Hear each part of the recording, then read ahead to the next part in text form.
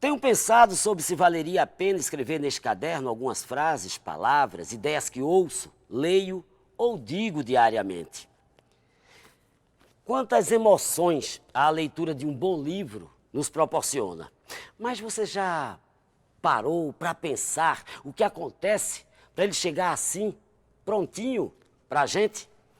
No quadro Por Dentro do Livro, você vai conhecer todo o processo criativo de uma obra, desde o início, passando pela pesquisa, escrita e edição. Confere aí, que eu vou continuar lendo o meu livro aqui.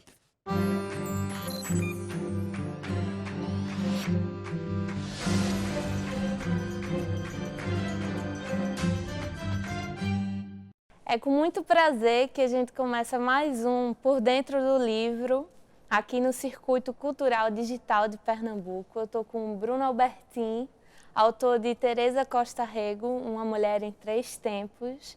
E primeira coisa, Bruno, queria te perguntar, né?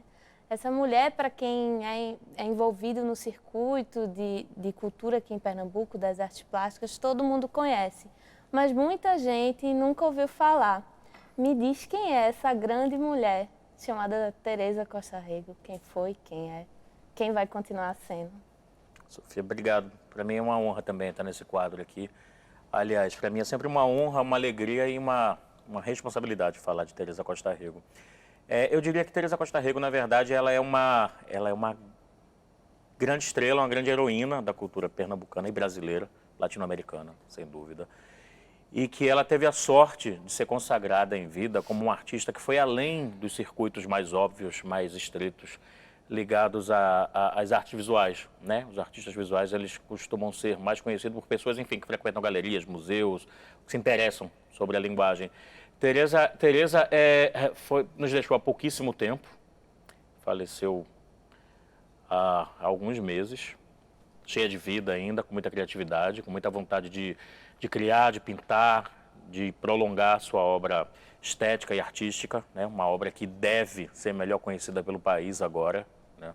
Eu tenho um amigo que é um grande curador, um grande entendedor da arte e da cultura brasileira, Marcos Lontra, é uma pessoa por quem a história da arte no Brasil passa necessariamente, né? Lontra, que foi curador de exposições históricas, que revelou grandes nomes da arte brasileira contemporânea, ele fala sempre, e eu só posso concordar, que o Brasil tem a obrigação e o dever, e além disso, o direito de conhecer a obra de Teresa Costa Rego. É uma obra fundamental para o entendimento desse país.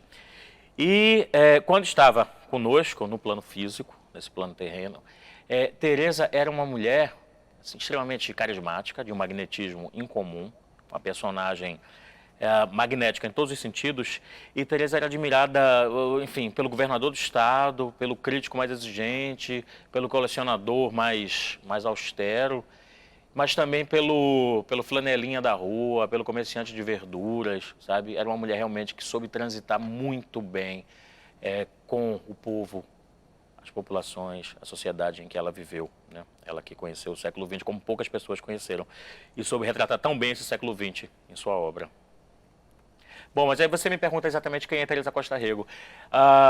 Se você fosse uma pessoa, você conhece muito bem a obra dela e tal, e me fizesse essa pergunta e eu soubesse que você não a conhecera, eu diria que Teresa é, primeiramente, o principal nome da arte moderna, o principal nome feminino da arte moderna, feita no Nordeste do Brasil, no século XX e nesse começo do século XXI.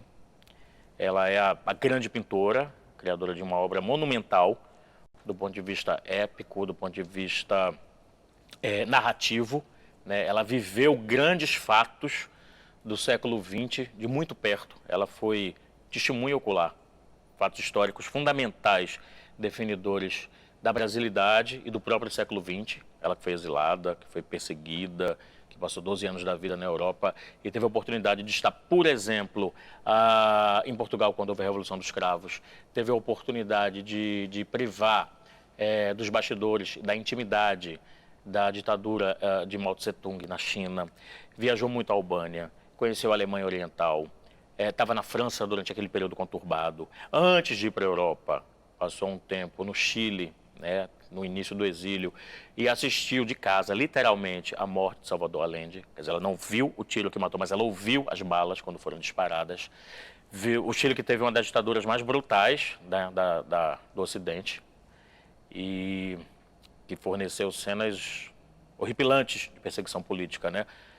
Em Santiago, logo após a morte de Allende, a ditadura inaugurada por Pinochet, executava as pessoas que não obedeciam ao toque de recolher. Então, Teresa viu muitos cadáveres pendurados nos postes de Santiago do Chile. Ela morava perto do Estádio Nacional, onde aconteciam os fuzilamentos. Inclusive, ela estava lá, morando na época, com seu companheiro Diógenes Arruda, né, seu companheiro de vida, de casamento, de jornada política, de existência. Chegou a dividir apartamento com Geraldo Vandré, o grande compositor, né, para não dizer que não falei das flores. Ele também estava exilado naquele momento. Então, Teresa, ela falava o seguinte, né, eu não escolhi, mas, enfim, o mundo foi se revelando para mim. Eu acabei me contaminando com a história desse século XX. Então, eu costumo falar que ninguém, nesse panorama da pintura do Nordeste do Brasil e até do Brasil, salvo Portinari, ou algum outro grande nome, soube tecer e narrar visualmente de maneira tão contundente esses grandes fatos históricos que ela presenciou. E ela falava que ela que chegou durante o exílio a estudar história na Sorbonne, foi a laureada da turma, pouca gente sabe disso, né? Porque ela estava exilada, o que é que eu vou fazer da minha vida? Então foi lá, bateu na porta, lá procurou um professor, Pierre Vilar, que era um grande intelectual da Escola dos Análises francês, e falou para ele, bom, eu estou aqui em Paris, eu quero estudar, quero fazer alguma coisa da minha vida, eu não posso voltar ao meu país e tal. Acabou estudando, curiosamente, a formação do proletariado brasileiro, foi laureada, e ela dizia que ter visto e vivido esses grandes fatos importantes da história do século XX aumentavam muito a responsabilidade dela enquanto artista, enquanto narradora. Então, Teresa é essa mulher que dá conta, né, desse século XX que ela vivenciou de maneira magistral em sua obra. E, além de tudo, foi de uma personalidade absolutamente magnética, assim, Teresa. Por isso que quando eu fui convidado para escrever esse livro, eu propus que o nome fosse Teresa Costa Rego, uma mulher em 3 tempos, porque ela conseguiu ser muitas mulheres ao mesmo tempo, mas ao analisar a trajetória dela, a gente percebe claramente 3 fases muito claras, assim, em que ela se dividiu em 3 personas, digamos, sociais. Eu fico até emocionado, na verdade, de falar dela, porque a presença dela ainda está muito forte mesmo aqui, perto de mim, perto da família. Pensando nisso também, eu lembro da sua relação com Teresa, né? Que são vários anos, você também é de Olinda, assim como ela, né? Quer dizer, Teresa não é de Olinda, mas ela se considerava dessa cidade, verdade. né? Não, ela se dizia, olha só, uma vez ela recebeu um convite para expor a obra dela em retrospectiva na Pinacoteca de São Paulo. Qual é o artista brasileiro, até internacional, que recusaria um convite como esse, né? Uma das instituições mais prestigiosas da arte no Brasil e tal, daria uma chancela muito grande para a obra dela. Houve alguns complicadores e tal, e Teresa falou, quer saber, eu não vou não, eu sou feliz sendo uma artista de Olinda. Por quê? Ela dizia que, na verdade, ela renasceu, né? Ela se pariu pela 3ª vez como mulher, né? E ela nasceu como artista, de fato, em Olinda. Teresa, ela nasce como filha dileta, assim, da aristocracia açucareira pernambucana, uma aristocracia já em decadência. Basta falar que ela foi bisneta do Conde da Boa Vista, né, do homem que dá nome à principal avenida do centro da cidade, do Recife. Então, ela cresce cercada de pompa e circunstância, a família já estava numa certa decadência financeira, mas ainda havia o status muito pesado. Então, ela cresce nesse ambiente toxicamente patriarcal, sabe? Sufocada por esse patriarcalismo patrocinado pela cana-de-açúcar. Quando criança ela não podia fazer nada, não podia rir em público, ela ia às bailes de carnaval, ela lembra disso, e não era permitido para uma mulher, para uma mocinha, rir em público, não pegava bem. E aí ela tenta, muito cedo, se livrar desse ambiente de sufocamento patriarcal, ingressando no casamento. E aí ela deixa a casa dos pais e vai morar com um homem que era uma figura muito notória do judiciário pernambucano. E tinha uma vida, segundo ela, ainda muito fútil. A vida dela consistia em escolher a louça do jantar para receber os convidados ou o colar com o qual ela ia decorar o colo, o decote, né? A piscina do country club, essas coisas, né? Naquele momento, acho que 3 ou 4 mulheres frequentavam as colunas sociais do Recife e Teresa era uma dessas mulheres. Mas ela sentia que faltava algo na vida dela, muito fortemente. E a pintura, até então, era algo meio diletante, embora muito importante, embora uma vocação, né, inadiável, e já muito palpitante dentro dela, mas não era um meio de vida, ela não precisava ser artista para viver. Na casa em que ela morava com o seu então marido e 18 empregados, palacete, os padrões pernambucanos da época. A grande parte da sociedade pernambucana, políticos, artistas, empresários, enfim, gravitava. E foi ali que ela conheceu Diógenes Arruda, que era um militante de esquerda notório, para quem, inclusive, Jorge Amado já tinha dedicado um livro, um dos capítulos,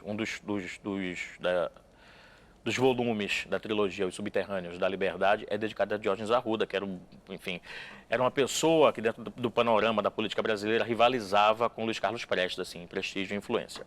E Teresa se apaixona por esse homem perdidamente, de uma maneira inexplicável. E ela rompe com o casamento, né, um casamento aceito, celebrado pela sociedade, alta sociedade pernambucana.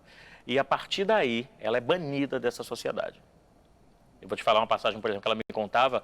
Ela estava já com Diógenes, morando em São Paulo, depois que saiu do Recife, depois que praticamente todas as portas daqui se fecharam. Ela conheceu a pobreza, essa menina rica, né? Essa menina criada com o melhor açúcar da cana pernambucana.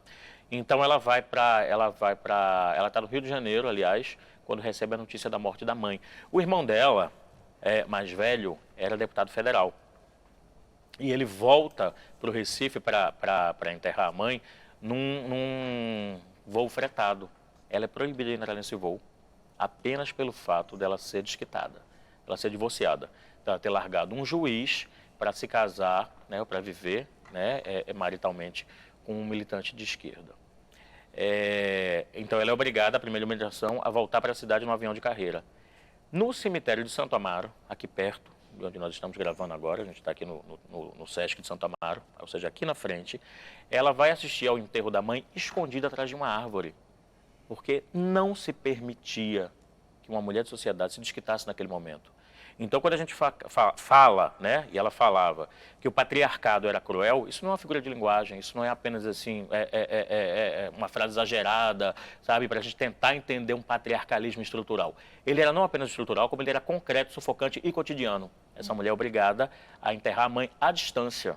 Ela conta que, inclusive, uma senhora que muito tempo depois viria a ser fã dela, tentou comprar um quadro dela, assim, praticamente cospe na cara dela quando encontra com ela Ela não podia ficar em Recife por conta disso, por ter cometido a ousadia de viver o amor, de ter autonomia em sua vida amorosa e enquanto mulher, enquanto fêmea.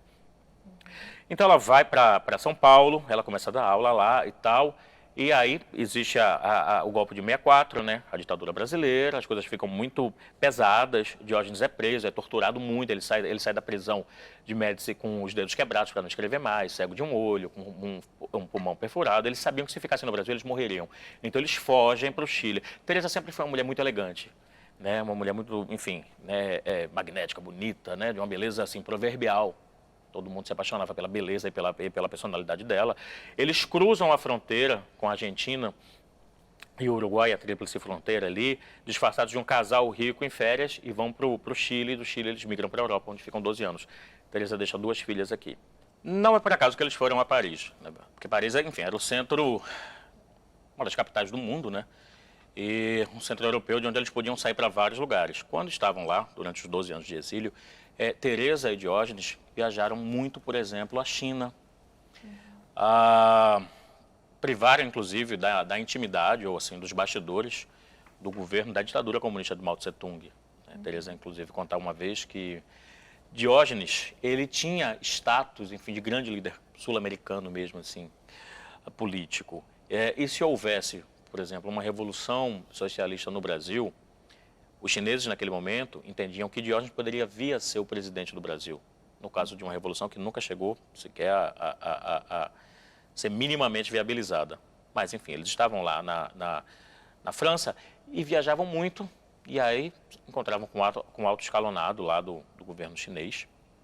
Né? Teresa, inclusive, ganhou de presente uma louça lá de um funcionário do partido chinês, ela guardava com o maior zelo, aquilo, como memória dessa época vivida fora do país. E ela lembra que a primeira vez que chegaram lá, por exemplo, o Deng Xiaoping, que era o primeiro-ministro, ele organizou um jantar de gala para recebê-los, né, com toda a pompa e circunstância. Ela falava isso até com uma certa timidez.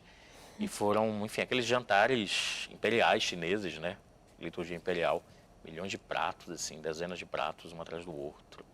E ao final, no centro de uma bandeja, assim, numa mesa que tinha um buraco no meio, foi servido o cérebro de um macaco semivivo. Isso é um hábito, enfim, milenar chinês, né?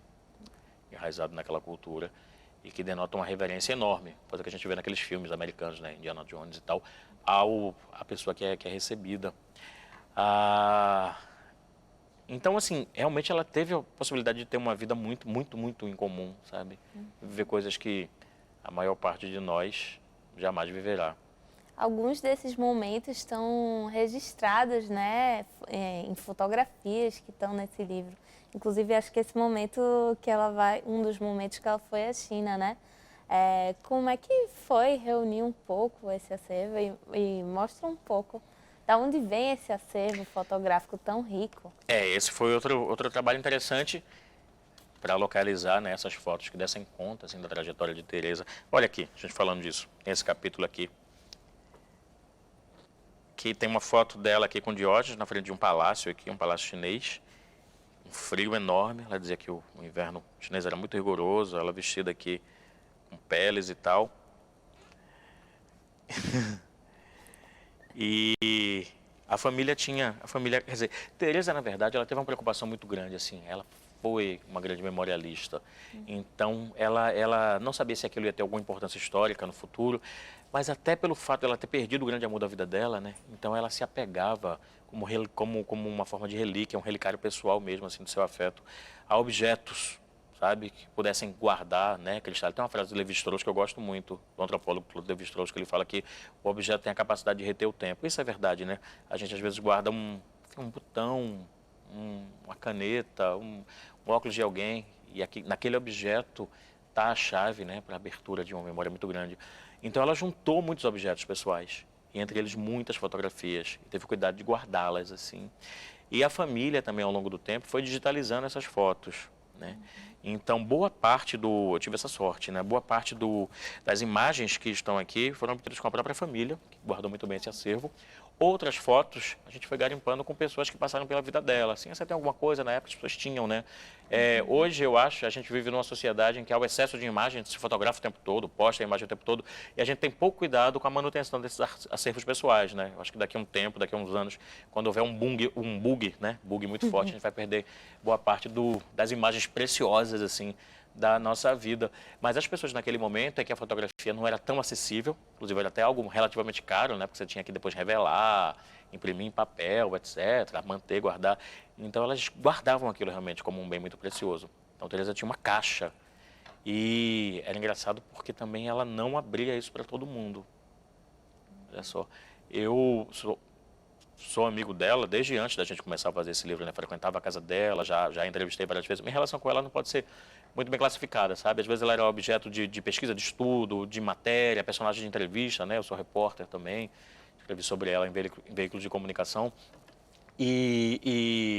Mas ela não abria essas fotos muito facilmente, porque ela dizia que abrir aquilo era meio que como abrir uma caixa de Pandora, sabe? Em alguns momentos, quando eu tentava aprofundar um pouco mais, assim, a investigação, ela dizia, não vou falar, sabe que isso me machuca muito. Ela ficava assim, com os olhos rasos d'água mesmo, e dizia, não, vai embora, você sabe que eu não posso falar disso não, isso ainda me sangra muito, isso me machuca muito. Teresa, me desculpa, mas assim, eu estou escrevendo um livro e a tua vida ela é tão grandiosa, ela é tão gigantesca que, feliz ou infelizmente, ela não pertence mais a você. Sua vida já pertence a gente, já pertence a esse país. E eu estou imbuído dessa missão objetiva, eu preciso cascavilhar, eu preciso confrontar algumas informações com você. E teve momentos em que ela me botou para fora de casa mesmo. E disse, não apareça não. E eu ligava para a editora e falava, acho que não vai ter livro mais não, porque fechou. Perdi a amiga, perdi a parceira, perdi a personagem. E aí uma semana depois ela me ligava, comprei aquele vinho que você gosta, venha, vamos retomar a conversa. E aí ela ia abrindo essas caixas, né, com essas imagens. Tem muitas fotos aqui, tem fotos da infância dela, né? A gente complementou também, né, com fotos históricas, né, porque Teresa, ela realmente viveu fatos emblemáticos. Então a gente foi para os acervos públicos, né, os acervos digitais, de papel, para poder... Olha, essa foto aqui é fundamental. Muito bom ter Cadê? conseguido isso. Essa foto foi de um jornal da época. Não lembro o nome do jornal, mas era um jornal pequeno, de circulação em São Paulo, que aparece, em que Teresa aparece, depois a gente mostra aqui com mais proximidade, em que Teresa aparece segurando o carro fúnebre, onde está depositado o caixão com o corpo de Diógenes, amparada pela amiga e professora Elza Monerrat. Elza estava no carro com ela quando o Diógenes morreu. Então, essas fotografias, esse acervo fotográfico, veio principalmente, né, do zelo familiar, do acervo da família, mas também de veículos de comunicação da época, que felizmente foram digitalizados, e algumas imagens que são meio que icônicas, enfim, desses fatos históricos do século XX. Eu quero fazer mais uma pergunta também sobre esse processo, assim, pensando no processo de escrita mesmo e de edição, porque são tantos momentos importantes e grandes na vida dela, e queria saber como você priorizou, assim, o que foi colocar aí na hora de sentar e escrever, sabe? Como foi isso para você? Olha, Sofia, esse livro ele tem 240 páginas. Ficaram de fora ainda 100 páginas. Que eu imagino que no futuro, quando essa edição estiver esgotada e a gente pensar na possibilidade de uma nova edição, talvez eu acrescente novos capítulos, né? Porque o editor na época entendeu que ficaria um pouco mais ágil também para a leitura, né? Para a gente dar um recorte. Enfim, a vida de uma pessoa, um fato histórico, um país, uma biografia, ela pode ser contada de várias formas, né? A gente tem que escolher um pouco o recorte. Então, neste livro aqui, eu tentei contar a história de Teresa como esse grande personagem do século XX que ela viveu e ajudou a construir. Então, eu privilegio um pouco a relação dela com os fatos históricos. Mas, como eu tinha te falado antes, eu entendo que a relação dela com a moral, ou seja, alguns fatos pessoais da família, o próprio divórcio, a forma como ela foi tratada e banida da sociedade pernambucana após se declarar divorciada de um juiz para se casar com um militante político das causas populares. Isso tudo, quer dizer, a moral na vida de Teresa também tem conotações políticas, entende? Porque é uma moral imposta pelo patriarcado, que é um fato político do século XX.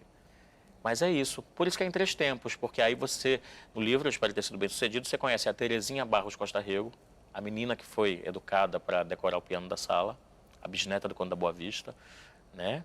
Depois você conhece esta menina que quebra o piano e pula a janela para conseguir voar com as próprias asas e se torna Joana, a militante política, a clandestina, a exilada, a pessoa que deixa... Quando ela sai do Chile, por exemplo, depois do golpe que matou Allende, ela deixa 23 quadros na parede. Esses quadros nunca foram recuperados, porque eles poderiam ser mortos a qualquer momento. Ela esqueceu, deixou isso para lá. Ela estava pintando, vivia com certa tranquilidade no Chile, de Salvador Allende, e estava retomando a perspectiva de ser artista.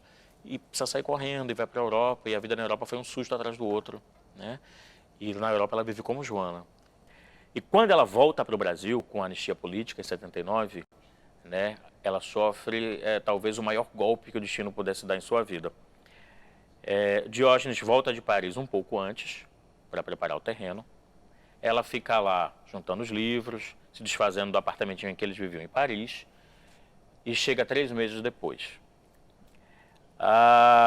Em 79, então, eles vão receber uma pessoa que também está voltando do exílio, e estava marcado para esse dia em São Paulo uma grande manifestação pela abertura política, talvez a primeira manifestação pública pela abertura política no final da ditadura. Eles estavam se dirigindo para a sede do Sindicato dos Metalúrgicos de São Paulo.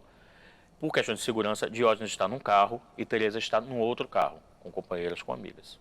Quando passou na rua Tutóia, coincidentemente, a rua onde ficava a sede do DOI-CODE, em que Diógenes foi brutalmente torturado, o carro dele para e ela desce do carro para saber o que está acontecendo. Ele está deitado no chão e ela descobre que ele tinha morrido fuzilado por um infarto.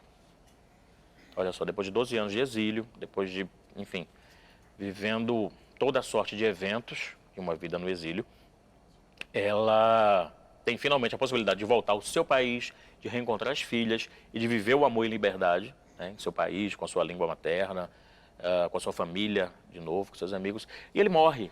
E ela, quando eu conto isso no livro também, que ela olha para ele assim no meio do asfalto e praticamente bate nele, assim, diante do amor morto. Ela fala: como é que você vai fazer isso comigo? Você teve tantas oportunidades de morrer, você foi torturado por Vargas, você foi torturado por Médici, sabe? Nós comemos o pão que o diabo amassou no exílio.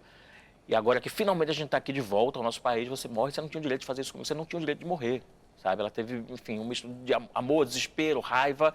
E naquele momento ela disse que teve um surto de lucidez e falou assim: não, chega, agora eu não vou ser mais a bisneta do Conde da Boa Vista, a ex-mulher do juiz, sabe, a ex-dama da sociedade pernambucana, a mulher do grande companheiro, sabe, do grande militante político. Eu não vou ser, chega de ser sempre a coadjuvante. Agora eu vou me embora, reconstruir minha vida. Ela tem mais de 40 anos nesse momento. E ela fala: agora serei Teresa Costa Rego, uma mulher e sua pintura. Então ela junta os trocados que tem e vem embora para Olinda. Compra a casa onde ela viveu até o final da vida, ali na Rua do Amparo, né? E esse nome dessa rua tem toda uma simbologia, né? Essa rua aqui ampara a Teresa. E ali ela começa realmente a pintar profissionalmente e se torna a grande artista que nós conhecemos, que Pernambuco aprendeu a amar, né? Tardiamente. Abandona a identidade pregressa. No exílio, por uma questão de segurança, ela adota o nome de Joana, que inclusive é o nome de sua neta. Foi batizada em sua homenagem, Joana, que é minha amiga também, escritora, minha colega jornalista, com quem eu tenho trabalhado, inclusive, em alguns projetos para evidenciar a memória e o legado, né, artístico e humanístico de Teresa Costa Rego para o Brasil. E ali ela se forja pela terceira vez. Então, Teresa é essa mulher que ela se pariu várias vezes. Eu estava conversando ontem, inclusive, com a atriz Renata Sorrah. Renata era muito amiga de Teresa, e Renata falava assim: meu Deus do céu, o Brasil precisa conhecer Teresa Costa Rego, assim, quem sabe um dia a gente não faz um filme e eu tenho a possibilidade de interpretá-la, sabe, de viver Teresa. Elas se conheceram por intermédio de um amigo em comum, Chico Ascioli, e ficaram extremamente magnetizadas uma com a outra, né, encantadas uma com a outra. Agora, recentemente, eu mandei esse livro para a Renata, e Renata fez: meu Deus, que personagem é essa que o Brasil ainda não conhece? Então, assim, toda vez que a história de Teresa vem a público, as pessoas acabam corroborando essa frase que eu acho muito pontual e basilar de Lontra, quando ele diz que o país realmente tem a obrigação e, sobretudo, o direito de conhecer Teresa Costa Rego, que é uma mulher que, mais do que qualquer outra coisa, sobre construir sentidos para quem dela se aproximou. E pensando nessa tua relação com Teresa, né, que são tantos anos, né, você é colega ali da cidade, né, morando nesse mesmo espaço e, enfim, se relacionando de forma muito orgânica, né, de forma muito espontânea.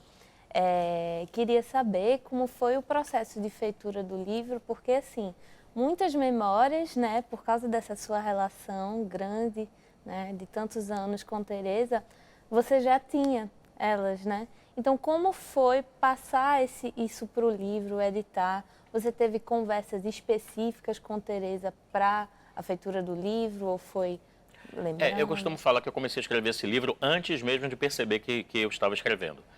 Antes de ter sido convidado pela CEP, por Ricardo Leitão, que é o diretor da editora, para escrever o livro, para, enfim, objetivamente constituir um projeto e transformá-lo numa publicação. Esse livro começou a ser escrito a partir do momento em que eu conheci Teresa, que eu não sei te responder exatamente que momento foi esse, sabe? As pessoas, quando são importantes em nossa vida, elas aparecem e você parece que borra da cronologia o primeiro contato. Eu não consigo lembrar. Para mim, Teresa existiu desde sempre. A gente se tornou muito amigo, cúmplice, parceiro em alguns projetos, né? Vizinhos. Companheiros de algumas aventuras, viajamos juntos. Uma vez eu tive a possibilidade de ir à França com ela e partilhar com ela, assim, das memórias dela do exílio. Ela falava: meu Deus, eu não tinha um tostão, mas eu era tão feliz aqui. Eu sentava aqui na beira desse rio, tomava um copo de vinho, só tinha dinheiro para um copo de vinho, um pedaço de queijo, e ficava ali pensando: meu Deus, quando é que eu vou voltar para o Brasil e tal? Quando é que eu vou fazer o que eu pretendo fazer? Então, Teresa, ela tinha uma memória muito prodigiosa, muito fértil, assim, uma capacidade de arquivamento dos fatos que ela viveu muito fortemente, sabe? Isso me facilitava muito a vida enquanto biógrafo, porque eu tive a possibilidade de ter a minha personagem como principal fonte das informações, mas também, em alguns momentos, se revelou uma grande armadilha. Porque a gente sabe que a memória, ela é ficção pessoal. A gente nunca vai conseguir contar um fato de uma maneira perfeitamente objetiva. Esse fato, até para a nossa saúde mental, até para a nossa possibilidade de continuar existindo e convivendo com o que foi vivido, ele vai ser moldado conforme a nossa subjetividade, conforme a nossa possibilidade. Então, toda a memória, inclusive a história oficial, a história escrita, a história publicada, ela é uma grande ficção, na verdade, de adesão coletiva, né? Em algum momento, as pessoas que têm a capacidade de produzir essas narrativas transformam elas em algo tão hegemônico que elas parecem naturais, mas aquilo é construído. Então, nossa memória pessoal também é. Vou te dar um exemplo bem concreto, que eu te falei agora sobre a morte de Diógenes Arruda. Ela sempre dizia para mim, e ela sempre repetia isso, e ela se emocionava e chorava e tal, que Diógenes tinha morrido assim que eles chegaram ao Brasil, desembarcando do exílio. Saiu do avião e fiz, meu Deus, isso é fílmico, né? Assim, em termos de narração, de narrativa, isso é muito forte. Imagina uma cena de um filme, realmente a sua vida é cinema, Tereza, eu dizia. Você voltando para o Brasil depois de 12 anos, o homem pisa no chão do país dele e morre. E eu acreditava nisso, porque ela me contava. E depois de muito tempo, a filha dela, Tereza Rozovic Viatti, fez, Bruno, isso não foi verdade. Diógenes morreu 3 meses depois que ele chegou no Brasil. Ele morreu 1 semana depois que mamãe chegou a São Paulo. E eu, Tereza, mas você sempre me contou isso. E ela fez, olha, aí tinha um momento que ela assim, vinha a razão e falava, olha, para mim foi tão forte aquilo, que na minha cabeça eu só consigo entender, eu não estou mentindo para você. Eu não estou querendo te enganar, não estou querendo dourar a pílula, não estou querendo deixar a minha história mais trágica do que ela já é, para melhorar a tua narrativa. Mas na minha cabeça foi tão forte aquilo, a perda foi tão traumática, que na minha cabeça ele sempre terá morrido no momento que nós chegamos no Brasil. E eu, não, Tereza, não foi bem assim, não. Vamos relembrar. Olha, ele chegou 3 meses antes. Você ficou desmontando o apartamento. Você providenciou a vinda dos livros. Você vendeu um monte de coisa lá em Paris. Você chegou depois. Ele ficou escondido um tempo ainda, com medo de ser perseguido pela ditadura. E ela, é verdade, é verdade. Então, muitas vezes eu precisava pegar os relatos anotados, porque a partir do momento em que eu recebi o convite, que eu fui contratado como escritor, como biógrafo, para escrever o livro, então eu sistematizei. Né? Antes eu tinha conversas não comprometidas. A gente abria uma garrafa de vinho, ia comer um queijo, um negócio assim, e ficava lá conversando. Eu sobre a minha vida, ela sobre a vida dela, enfim, a noite ia virando madrugada e as conversas nunca acabavam, né? Tereza era essa mulher que nunca deixava a conversa acabar. Mas a gente sistematizou. Vamos se encontrar então, sei lá, toda quarta-feira, passar uma tarde conversando sobre a sua vida. E depois que eu saía de lá com esse material, eu tinha que falar com uma série de pessoas, né, para confirmar os fatos, porque eu sabia que havia o risco dela ficcionalizar o que ela viveu, não de maneira intencional. E Tereza, quando me deu as entrevistas para o livro, ela estava com 86 anos, então muita gente já não estava viva, muita gente estava na França. Eu localizei uma grande amiga dela, quem amparou bastante, Esther, uma psicanalista, né, e a entrevistei, não fui a Paris fazer as entrevistas, mas a gente ficou se ligando, né, a gente tem um facilitador de internet e tal. Então tivemos, sei lá, eu tive umas 5 conversas com o Esther para obter detalhes, né? Tive que falar com muita gente importante daquela época também para poder, né? Tereza foi uma protagonista e uma testemunha também de fatos políticos que foram depois oficializados pela história, muito fortemente, né? Então, nesse livro você tem a Tereza mulher e, sobretudo, essa mulher corajosa que teve a audácia, né? Inclusive de pagar com a própria pele, com o próprio corpo e com momentos de muito sofrimento, o desafio contra esse patriarcado açucareiro nordestino. Você tem essa artista tardia que começou a estudar, olha só, e Tereza, eu tenho um projeto, eu pesquiso esse modernismo pernambucano também, porque a gente tem que entender que não é possível mais explicar a arte moderna do Brasil apenas pelo evento da Semana Paulistana de 22, ela é insuficiente para dar conta dos fenômenos estéticos históricos da arte moderna no Brasil, porque nós tivemos e temos vários modernismos, e o pernambucano é um deles. O modernismo de Pernambuco é um deles. um modernismo de cores mais saturadas, que incorpora as questões da terra, que se preocupa inclusive com as questões de construção das identidades da terra, né? O projeto do modernismo no Nordeste, ele se dá em paralelo ou alimenta inclusive bastante a construção dessa identidade, assim, dessa visibilidade, dessa visibilidade do que seria a identidade do ser nordestino. E Teresa, ela começa a estudar arte na Academia de Belas Artes do Recife aos 15 anos de idade, ou menos, aliás, e tem como professor Cícero Dias, Lula Cardoso Aires, tem como colegas Francisco Brenan, Reinaldo, ou seja, nomes fundamentais para o estabelecimento, para o desenvolvimento de uma arte moderna em Pernambuco. Não diria nem pernambucana, mas brasileira, deflagrada a partir de Pernambuco. Então, ela é um desses nomes essenciais para a gente entender o que é essa arte moderna tórrida, temperada, cabocla, sabe, nordestina, que não pode ser jamais subjugada ao sotaque paulistano. É uma outra forma de entender, de conceber, de expressar a arte moderna no Brasil. Ela é esse nome. E ela é a pintora também dos grandes quadros políticos. E eu entendo, e depois a gente conversando muito também, até porque, assim, eu acredito que quando o artista tem um grande entendimento do que ele vai deixando de ser artista e vai se tornando crítico demais. Então ele para de criar tão fortemente, tão espontaneamente. É preciso uma certa dose de inocência ou de ingenuidade com o próprio potencial, com a tua própria capacidade de criar, para que você de fato crie. Se você entende, se você põe aquilo numa cartilha, você acaba se tolhendo. Naquele momento, Teresa não tinha consciência, mas o tempo passa e, assim, uma das virtudes do tempo, né, além de nos dar dores nas costas e rugas nos olhos, é nos fazer entender o que vivemos e a dimensão que alcançamos com aquilo, né? Depois de muito tempo, Teresa entendeu que Teresa é conhecida também como a mulher da nudez feminina, né? A obra de Teresa, ela é povoada por uma série de mulheres despidas, né? Por vaginas muito corajosas, né? Por seios muito assintosos, né? Por mulheres que, enfim, estão ali afirmando de maneira muito corajosa seus sexos, suas cores, seus hormônios. E aí depois a gente vem entender que essas mulheres na obra de Teresa, elas não estão ali apenas num gesto de afirmação do corpo feminino, próprio corpo, o corpo físico feminino, mas também do corpo social dessa mulher. Olha só, Teresa me comentando, eu botei isso no livro de maneira muito, enfim, espero ter sido feliz nisso, ela diz que ela pinta a primeira mulher dela no começo da década de 80, a primeira mulher nua, depois que a mãe morre. Além da perda pessoal, o que é a morte da mãe? É a perda da família. E o que é a família no contexto patriarcal? É o agente executor daquela moral sufocante. A mãe que não permitia que ela risse em público. A mãe que não permitia que ela usasse um maiô. Uma vez ela ganhou um maiô nos anos 40, 30, enfim, não lembro agora exatamente quando, mas já mocinha de uma tia que foi dos Estados Unidos, porque não existia no Brasil. E ela colocou aquele maiô, a mãe cortou aquele maiô de tesoura para ela não usar aquela peça, porque era indecente. Então, quando ela se percebeu muito triste, muito sofrida, muito solitária no mundo, ela dizia, perder a mãe é realmente constatar a sua solidão no mundo. Ao mesmo tempo que ela percebeu isso, que ela estava vivendo aquela dor muito forte, ela percebeu que já não existia a família enquanto agente castrador.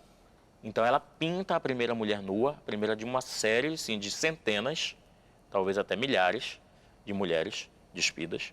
E depois de muito tempo ela entendeu que ao despir aquela primeira mulher numa tela, ela estava despindo a si própria e despindo também as mulheres que a antecederam e que a sucederam em relação a essa túnica pesada, né, da sociedade patriarcal pernambucana. Então, a nudez em Teresa é também uma nudez política, é também uma nudez sociológica, não é apenas uma nudez erótica. Às vezes, o erotismo está em segundo plano, sabe? E o caráter político dessa nudez vem primeiro na tela. Por isso, talvez, a predominância do vermelho, né? Porque é uma cor que... De luta, de erotismo, luta, são tantos símbolos, né, com a cor vermelha. Muito. Ela dizia que não conseguia, por exemplo, pintar em azul. Tentava e não conseguia pintar em azul. Que a mão dela ia, quando via, ela estava pintando em vermelho, assim. Ela tinha esse processo muito orgânico, né, na hora de fazer as pinturas, assim. Você já me falou, por exemplo, que ela tinha essa coisa com a saliva, né, e de misturar a saliva com a tinta a óleo. Enfim, e eu penso no momento também que eu já li sobre ela, em que ela entra para a brigada, né? Que ela começa a pintar os murais, né? E que essa pintura dela se expande também. E que ela fala que se sente melhor, que se sente muito mais à vontade e acha que pinta melhor em grandes dimensões. Conta um pouco. Ela sobre falava essa- assim, que a mãe dela, na Escola de Belas Artes, ela foi ensinada a pintar assim, pequenininho, em detalhes e tal, e que um belo dia a mão dela fez isso, e depois ela nunca mais conseguiu reverter o gesto. E foi exatamente nesse momento em que ela chega a Recife, ela foi vizinha e amiga, assim, muito jovem de Miguel Arraes, né? O ícone político de Pernambuco, Miguel Arraes de Alencar. E Miguel Arraes foi o primeiro governador cassado, né? Ela acompanhou aquilo de muito perto, né, pela ditadura de 64.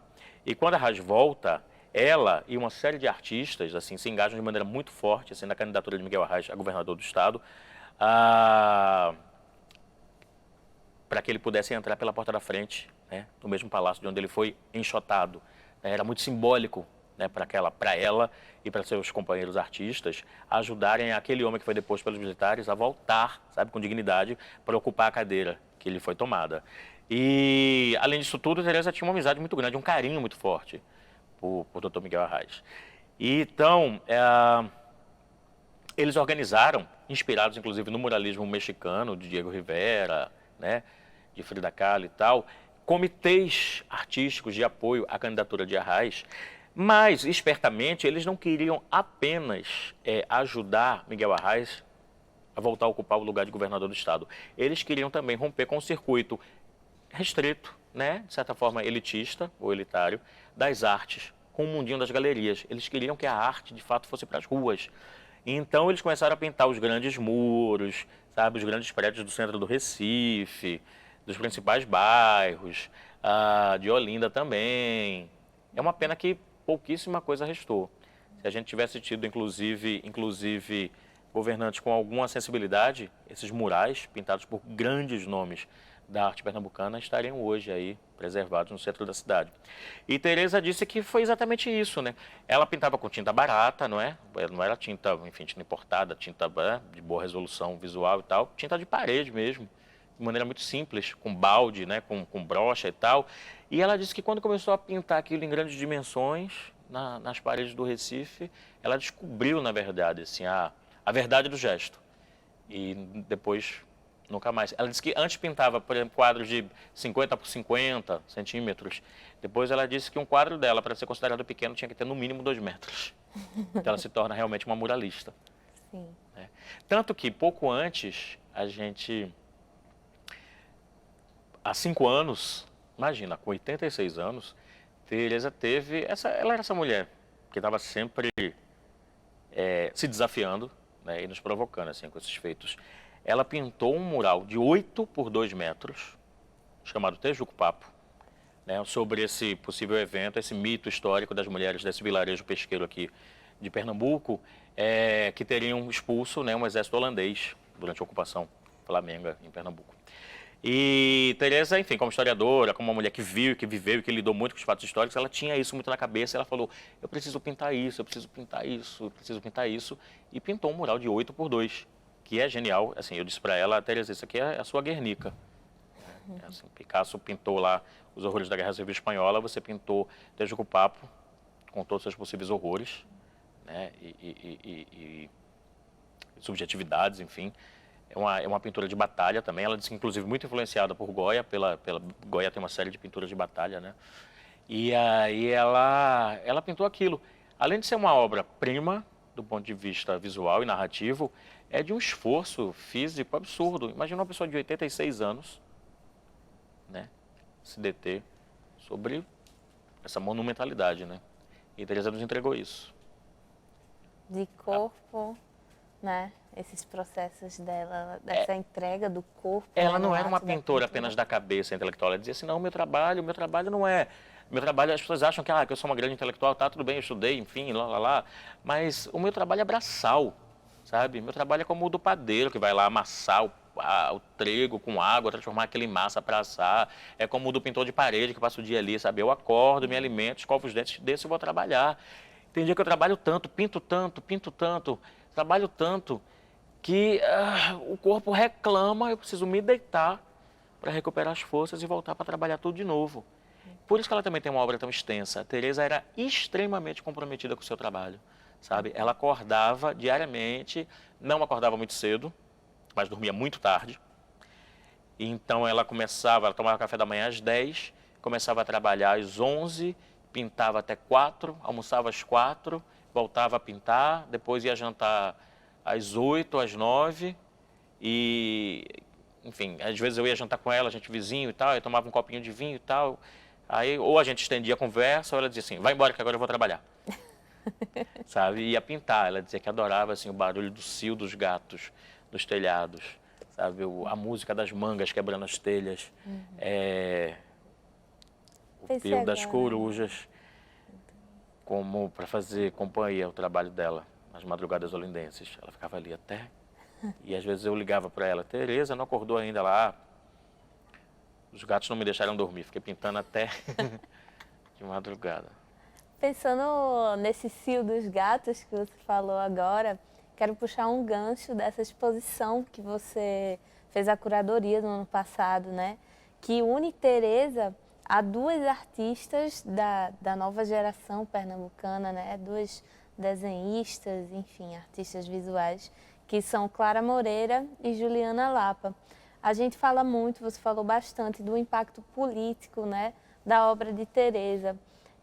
E eu penso assim, gostaria que você falasse um pouco do impacto político e desse impacto político dentro das artes visuais, porque a gente vê Teresa como essa pessoa que abriu caminhos, né? Você fala tanto dessas mulheres desnudas, né? Isso. Então, você que trouxe essa curadoria de unir essas duas gerações, assim, fala um pouco o impacto de Teresa realmente para a arte e para ser mulher, né?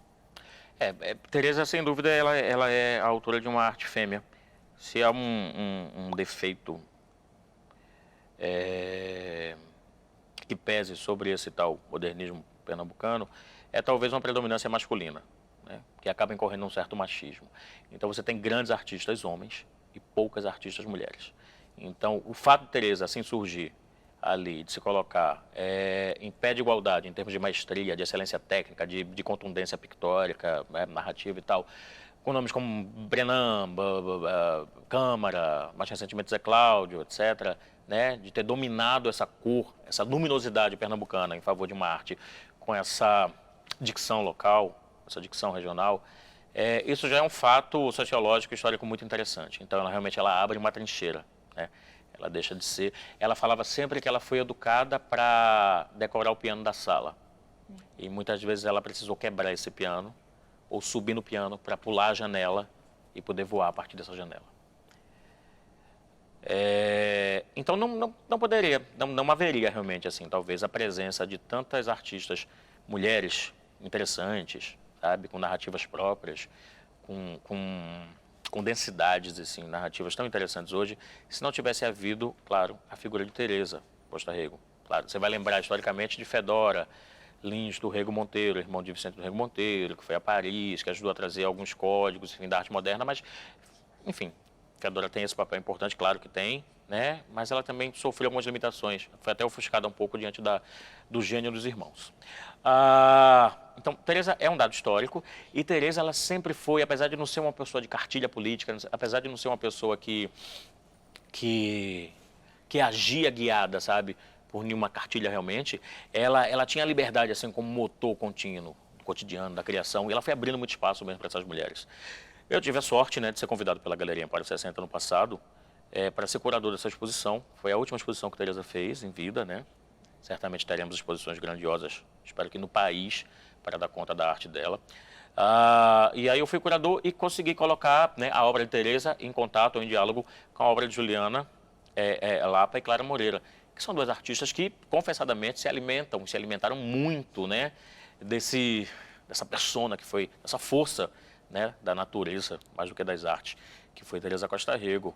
E Teresa, por outro lado, dizia assim, meu Deus do céu, eu nunca imaginei, eu que com 90 anos de idade, do lado dessas meninas, eu achava que elas nem se interessavam pelo que eu fiz. Eu comecei a pintar no comecinho do século XX, e essas meninas ainda estão interessadas pelo que eu faço, porque eu sou uma mulher do século XIX, ela dizia.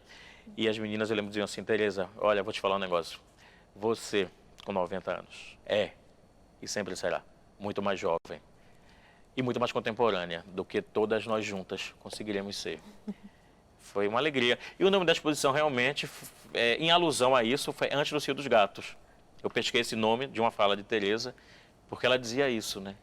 Ela pintava sempre nessa insurgência, assim, né? Na convivência com esses gatos, que nos telhados de Olinda, onde ela viveu, eram seus companheiros de pintura nas madrugadas. Bom, Bruno, muito obrigada pela sua fala. É sempre maravilhoso te ouvir falar sobre essa mulher com um M maiúsculo, né? E esse livro está disponível tanto em formato impresso quanto digital, né? Teresa Costa Rego, Uma Mulher em Três Tempos. E você pode adquirir ele pelo site da CEP Editora, né? Ou, enfim, entrar em contato, né? Tá por aí. Acho que pode mostrar um pouquinho, né? Ah, sim, pois é. Essa foto é Faz de parte de uma quando? coleção da CEP, né? Coleção Perfis, que biografou, na verdade, grandes nomes da cultura pernambucana. Teresa é uma delas também. É uma foto dela jovem, né? Logo antes de tudo acontecer, antes das grandes reviravoltas que houve na vida dela, na trajetória de Teresa. Sofia, eu que agradeço o convite, agradeço o convite aí do Circuito Cultural Digital de Pernambuco. Falar de Teresa é sempre uma honra e, como eu digo, assim, além de uma honra e um prazer enorme, é de uma responsabilidade, sabe? Que eu, como amigo, como biógrafo, como parceiro, né, amigo dela, da família e fã, sobretudo, de Teresa, eu acho que eu herdo essa responsabilidade a partir do momento em que Teresa não está mais aqui no plano físico, né? A gente tem agora que reproduzir, levar o nome de Teresa e mostrar para esse país realmente que ela é uma mulher que ajudou muito esse país a ter o entendimento que ele veio até de si e que pode ajudar ainda mais. Teresa vai continuar, mesmo não estando aqui fisicamente, nos ajudando a construir muitos sentidos. É isso. Quando quiser falar de Teresa, pode me chamar sempre, eu estou aqui. Obrigado a vocês pelo convite. Obrigada.